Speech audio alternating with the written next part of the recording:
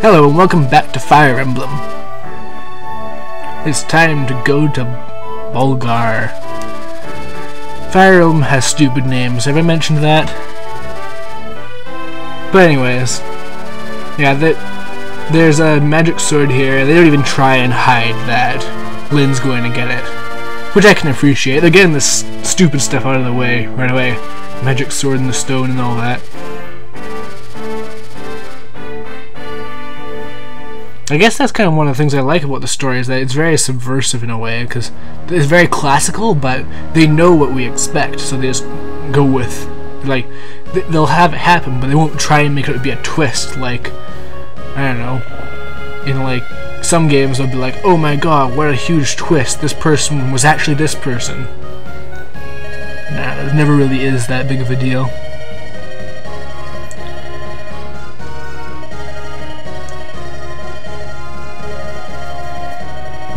So, we're getting a little bit of a religious tidbit here. It's got quite nice world building, this game. Sometimes I think they overdo it a bit, where they'll go into huge details about the world that I just can't be bothered to care about, but most of the times it just helps to flesh things out. Even the stuff I don't like is still appreciated. And suddenly bandits. Because I guess the shrine couldn't be threatened by dire rats or something. Yep. We get more sterling examples of Fre Emblem morality. There's the evil, elder kicking, puppy killing, shrine defiling, evil, ugly people who have bandits and stuff. And then there's the beautiful, virtuous youths who will stop them, who have no flaws. Yeah, I think no one will be using this sword in combat. Ah, peerless swordplay. And I'm sure that he will be stronger than all the other swordsmen we find throughout this entire game.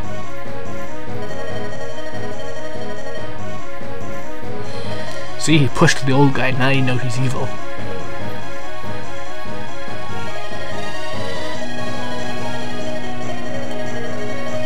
More medicine than I could have possibly imagined.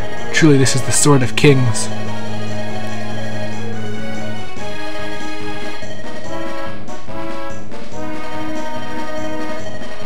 So even though I envisioned this as a sword and stone kind of situation, as far as I can tell, it's just a sword and a scabbard. And really, at that point, it's still kind of a useful weapon, isn't it? Sure, it's not sharp, but if it's magic, I'm sure you could bludgeon someone pretty well with it. I mean, it's gotta be worth something. I don't know.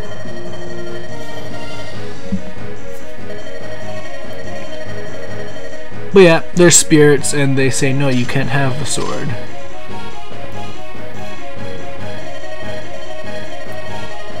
But you know, maybe if he was nice to the spirits, they'd give him the sword. Did you ever think of that?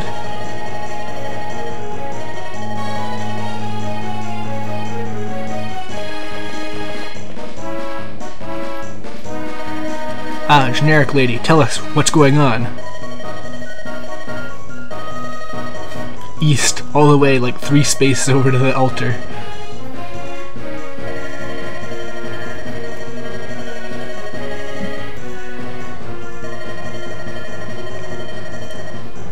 Oh, these aren't bandits, they're ruffians. I like to imagine them just like a little gang of kids or something. Oh no, they're gonna steal the ancient sword we already know doesn't work for him, and as such there's no threat. Ah!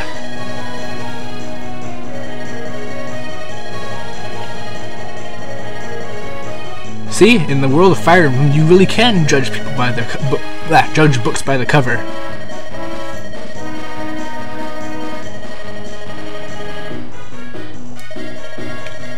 Yes, so now they're going to teach us all about preparations. It's a very valuable tutorial that is impossible to figure out on your own. So important, in fact, they have to teach you how to do it 5 times. We'll get to that when I get to that. See, they talked about going to these places to gather information. Now you get some text explaining explain to go to these places to gather information. And then guess what happens after that? They guide you step by step how to go to the house for each character. So yeah, first they tell you, step by step, how to get Lynn to a house. And then they go on to the other two. Seriously, how dumb do they think people who play this game are? Do they think that lowly of Americans?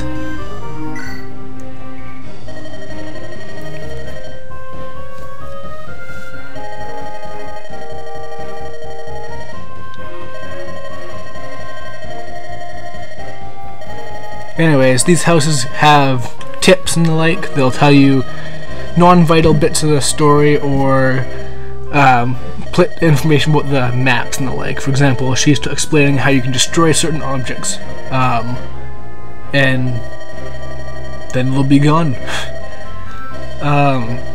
The reason you have to break through the wall to get into the altar is because Kent and Sane both are mounted units, and as such they can't go through lots of types of terrain, like in this case mountains. And by the way, if those are actual mountains, this shrine is enormous.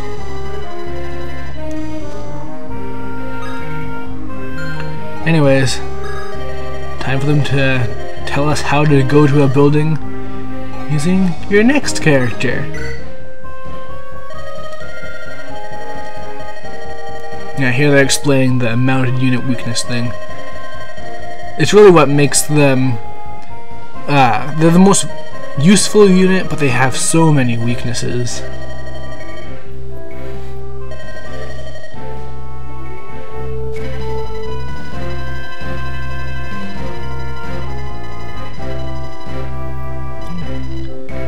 Yeah, they have to remind you of everything as well. Of course, there's no point really in moving after this because he's used up almost all of his actual movement in the last turn. Well, semi-turn, whatever it's called. Technically a turn is after all of your units have moved, but yeah, he can move one space. What's that going to do?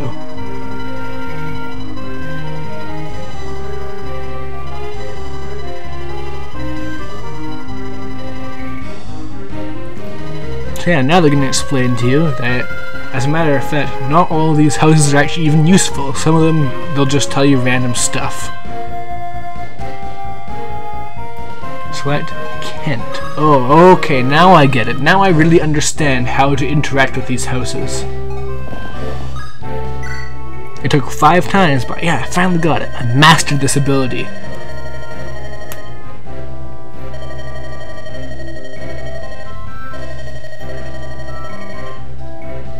So, the sword, it's Manikati, or Manikati, or Manikati, or I don't even know.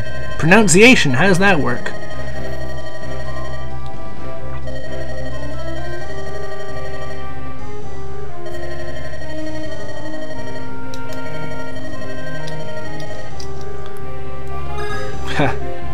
What, chosen ones wielding chosen weapons? What is this? A fantasy game?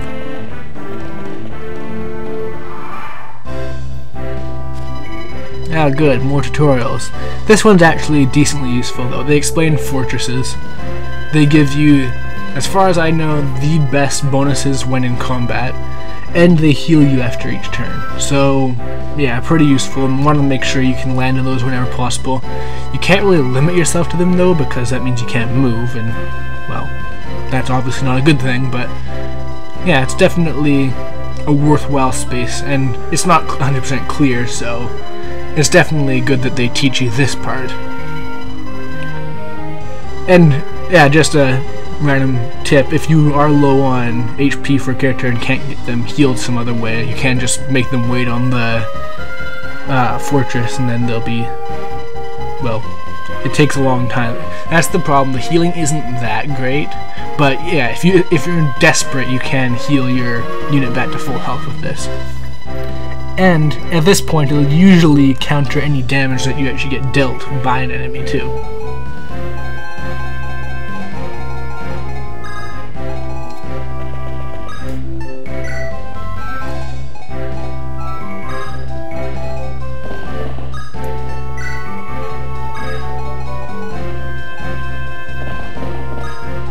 enemy AI is pretty much guaranteed to never attack someone from a fortress, which you can actually kind of abuse, I'm pretty sure. You can lure them away from things. Of course, another thing that I think overrides this is that they'll always attack the unit with the least health, so yeah, I don't know. But the thing is, the AI is definitely based on command as opposed to logic, so they will do some rather stupid stuff in the name of what is mathematically the most logical thing to do. For example, oftentimes you'll see enemies going after like a unit who is in like grass or something like that with a weapon that the opposite end of their triangle. So, like a sword against an axe or something like that. And for whatever reason, they pick that unit over someone who they beat with their weapon triangle, like someone with a lance who's not in grass. So they go over and they have like a 16% chance of hitting, and just rather stupid.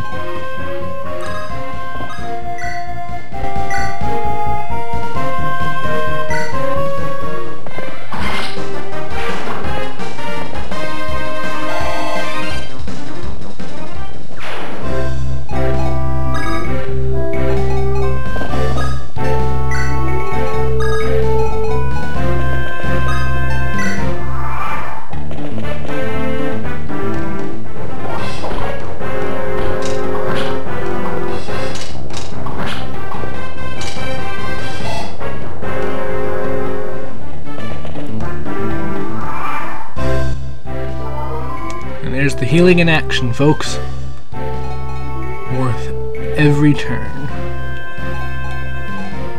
Anyways, while it might seem like a good idea to get all the experience given to Lyn, you really do want to make sure that you get a balanced amount of EXP given to all of your units, because you can't just plow through with one person, as I said before.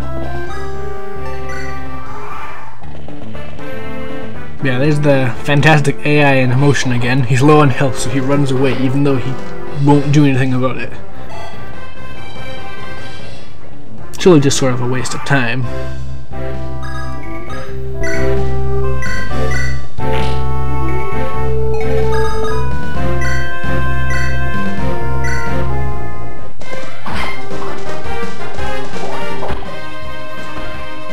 Now, breaking down a wall does use up a use of your weapon, so you don't really want to use a good weapon on it, but at the same time you do want to be efficient, so you want to probably aim for your strongest character, which I'm pretty sure in this case is Sane by far, so I should have used him to attack the wall, but what are you going to do? It's not that vital yet to use that much strategy.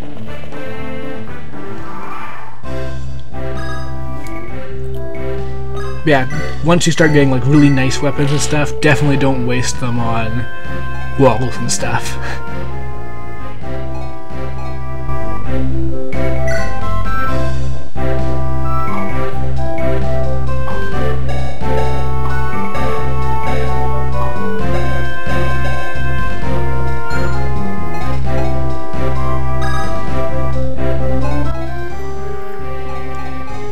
So, except for a few very specific situations, a boss will never actually move out to attack your units. So, it's definitely in your interest to take out all the other enemies, because you can't stop and grind at any point. So, you definitely want to make sure you make use of whatever EXP resources there are floating around. For example, that bandit's over there minding his own business, but still gonna kill him. Murder! It's worth it for the EXP.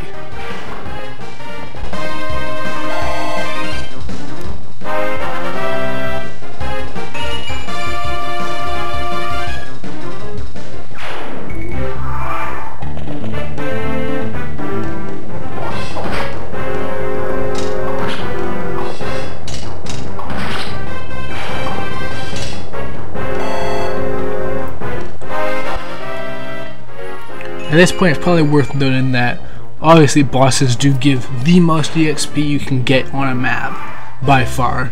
Even if they're not all that strong, it's just sort of a rule. But more significantly is if you weaken an enemy using your stronger characters, they'll still get decent EXP, and then you can swoop in with your weaker character and get them to launch the killing blow and get a massive bonus to EXP, which will definitely help you out. It also is a good way if your characters are low on HP, like Lyn is in this case, so you don't have to risk them dying, but they still get the EXP they need.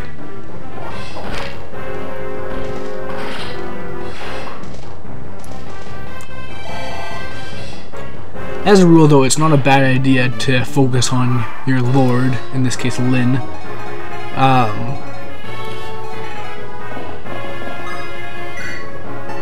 I'm pretty sure there, at least from what few Fire Emblem games I have played, lords are just pretty much the best. They have the best stat growths, they have special weapons, all that kind of stuff. So they're probably a good thing to focus on. I'm sure in deeper strategy there's much better characters that can be abused or something like that.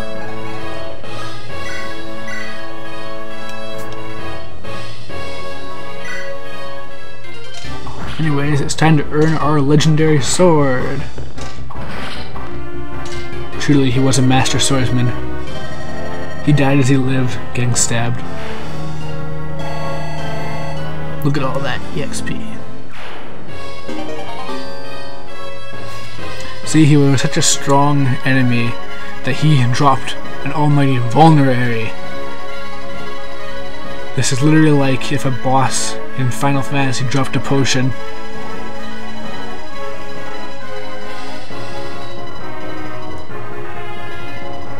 Yeah, we're still deep in tutorial mode here, folks, so strap in.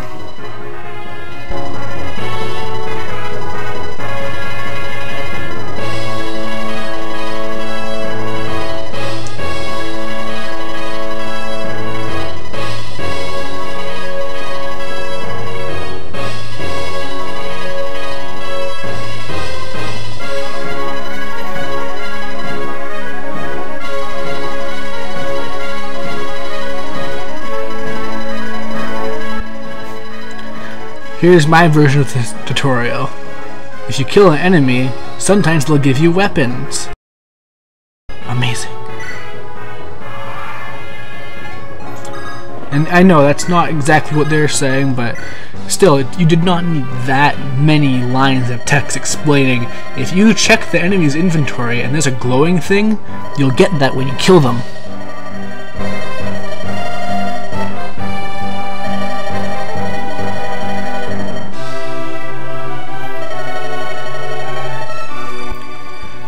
Well, I saved this guy, and now we're gonna get the ability to touch the legendary sword. Oh boy. Boy, boy, boy.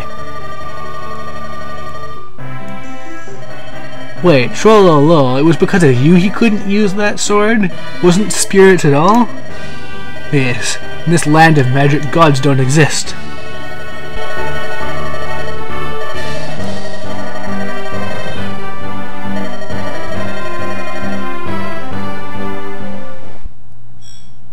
Oh my god, it's a legendary sword, and it's hers! I did not see this coming.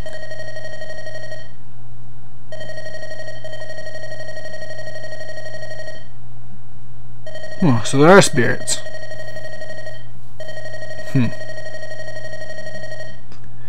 So yep, it may be sacrilege to use the sacred sword, but I guess not for Lyn. What makes her so special?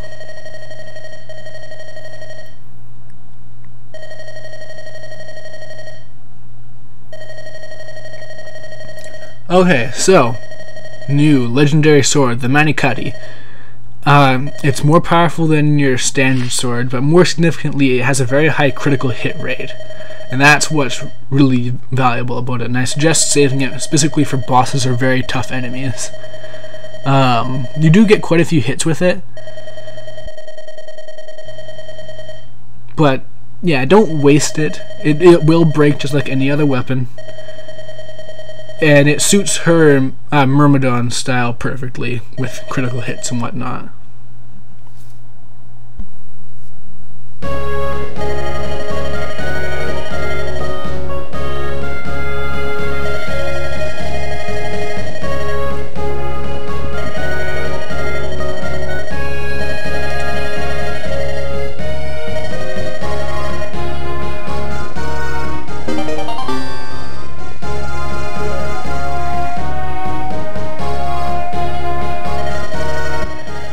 Isn't it a good thing that in video games a detour is always beneficial? You're never gonna be like, oh, let's stop and pray with the sword. Oh good, we did it. Oh, but you wasted that time, so now the person that you were going to visit died. Or something like that. Like, of course you get a legendary sword and there's no negative repercussions whatsoever in the slightest. I also like how in this world, apparently legendary swords that only one person can wield are commonplace. Like, they're just everywhere, lying around. Really kind of makes the Manakadi seem kind of not so special. And it's kind of not a nice thing to say to Lynn. She's like, oh, I got a legendary sword, this is so amazing. Yeah, they're everywhere, they're a time a dozen, whatever.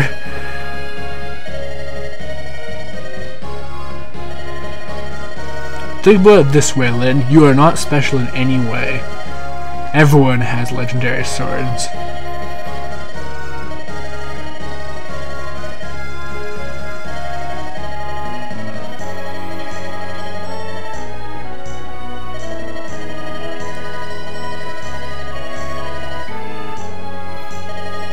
When did they try using it? Did they just take it from her? Granted, I would give it to Sane because he's the strongest, but whatever.